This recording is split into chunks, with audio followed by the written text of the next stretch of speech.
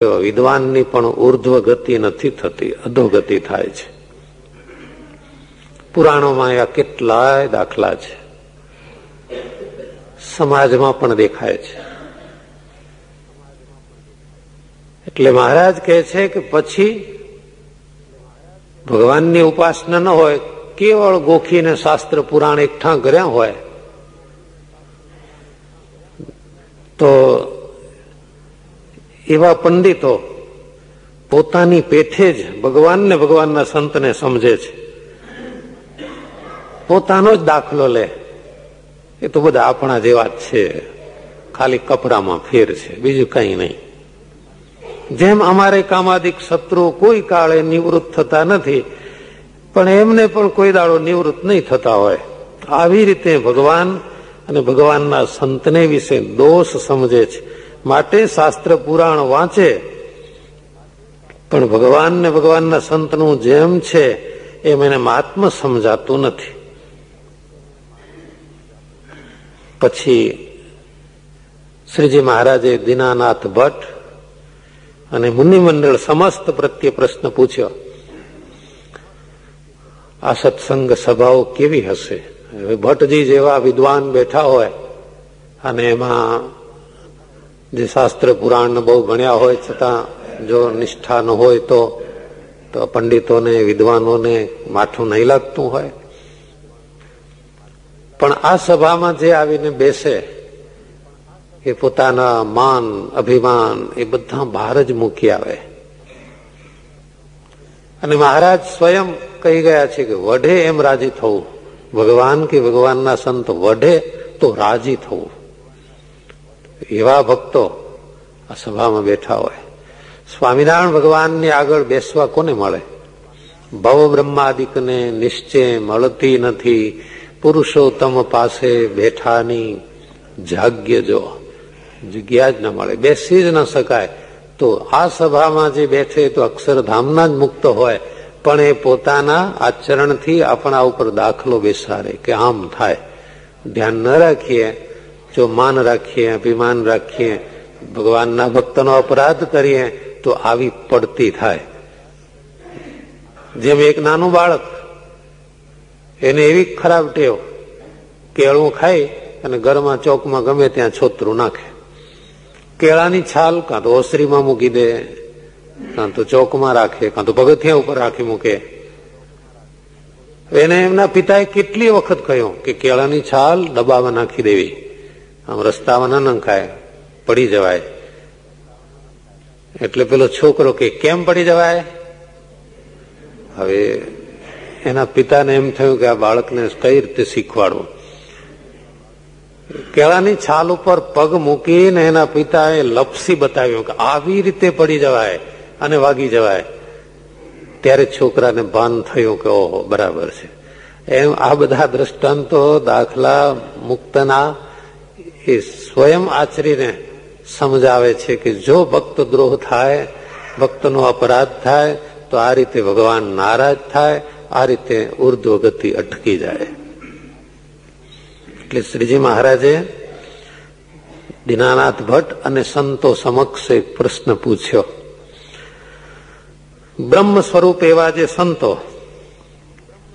એ 3 શરીર ને 3 અવસ્થા એનાથી પર વર્તતા હોય. 3 શરીર એટલે કયા? તમને એમ નહીં કે એક શરીર રૂમમાં હશે, એક શરીર કબાટમાં હોય, બીજું શરીર બહાર હોય, એમ 3 શરીર. 3 શરીર એટલે કયા? સ્થૂલ, સૂક્ષ્મ અને કારણ. 3 અવસ્થા એટલે કઈ? એટલે બાલ્ય અવસ્થા, જુવાન અવસ્થા અને વૃદ્ધાવસ્થા, એમ 3 અવસ્થા કઈ? જાગૃત, સ્વપ્ન અને સુષુપ્તિ.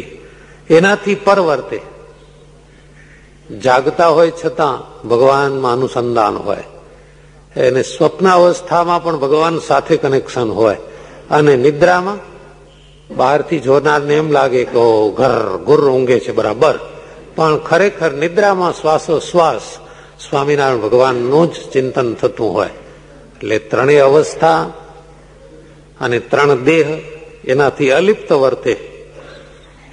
ઇન્દ્રિયોની ક્રિયા પોતાને વિશે માનતા ન હોય આવા સંત હોય એને અજ્ઞાની જીવ તો ઓળખી ન શકે. જ્યારે મોટા પુરુષના જેવી સ્થિતિ થાય ત્યારે જ મોટા પુરુષ ઓળખાય. અને જ્યાં સુધી સત્પુરુષનો મહિમા ન સમજાય ત્યાં સુધી મોટા પુરુષ જેવી સ્થિતિ થાય નહીં. આ પરસ્પર વિરોધ છે. શું સમજવું? છેવટે શ્રીજી મહારાજે જ ઉત્તર કર્યો કે આ પૃથ્વી ઉપર ભગવાનના અવતાર અથવા ભગવાનને મળેલા સંત, એમાં જયારે એને પ્રીતિ થાય, સંતને વિશે જયારે હેત થાય, પછી એ સંતના કોઈ દોષ એને દેખાય નહીં. અને જેને જે સંગાતે હેત હોય એનો અવગુણ કોઈ પ્રકારે આવે નહીં. અને જે વચન કે એ સત્ય મનાય. વચન પણ હેતવાળાના જ મનાય, બીજાના નહીં. ગમે એવા મોટા હોય પણ જો આપણને એના ઉપર હેત ન હોય તો એનું વચન ન મનાય. આપણા સત્સંગમાં દાખલો છે, જુનાગઢના મંદિરનું છેલ્લું થોડું કામ ચાલતું હતું. ઊંચા શિખર ઉપર પાલખ બાંધેલા. બપોરનો સમય થયો એટલે કારીગરો કડિયા જમવા ગયા. પાલખ છોડીને અદ્ધર લેવાના હતા. એટલે મંદિરનું કાર્ય પ્રતિષ્ઠા પછી બ્રહ્માનંદ સ્વામી તો મૂળી પધારેલા. બાકીનું થોડું કામ ગુણાતીતાનંદ સ્વામી કરાવતા હતા. એક ભગત પાલખ બાંધવામાં બહુ હોશિયાર. પાલખ બાંધવાની, એ ગાંઠો વાળવાની એની એક ખાસ ખાસિયત હોય છે. એક મોટા સંત ગુણાતીતાનંદ સ્વામી 500 પરમહંસ માયેલા એ સંત એ ભગતને કહે છે, ભગત જરા ઉભા થાવ ને, પેલો કડિયા જમવા ગયા છે, એ આવે એ પેલા પાલખ બંધાઈ જાય તો જલ્દી કામ ચાલુ થાય.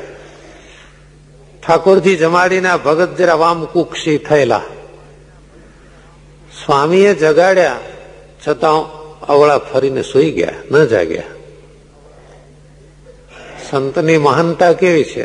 ગુણાતીતાનંદ સ્વામી ખીજાયા નહીં, નારાજ ના થયા. પણ કોઈ બે સંત બેઠા હતા ને એને કહે છે, પેલા ભગત છે ને એને કોઈની સાથે હેત છે મંદિરમાં, કોઈની સાથે એને બહુ સારું પ્રેમ ભાવ ખરો?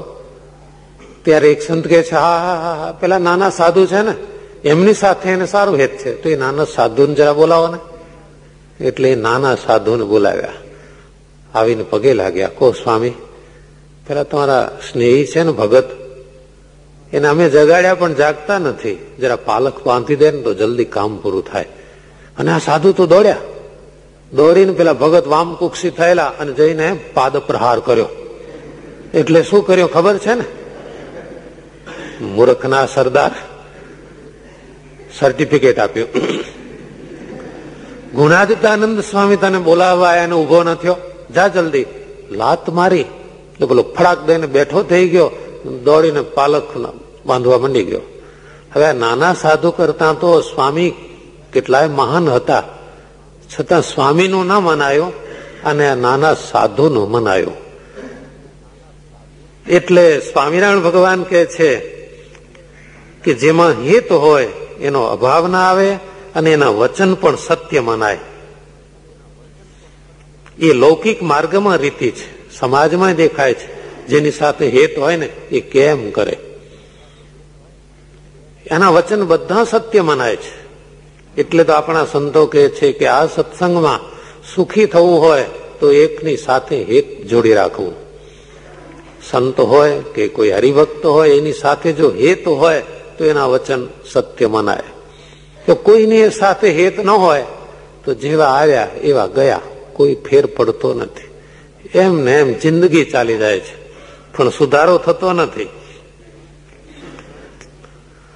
માટે સત્પુરુષને વિશે દ્રઢ પ્રીતિ એ જ આત્મદર્શનનું સાધન.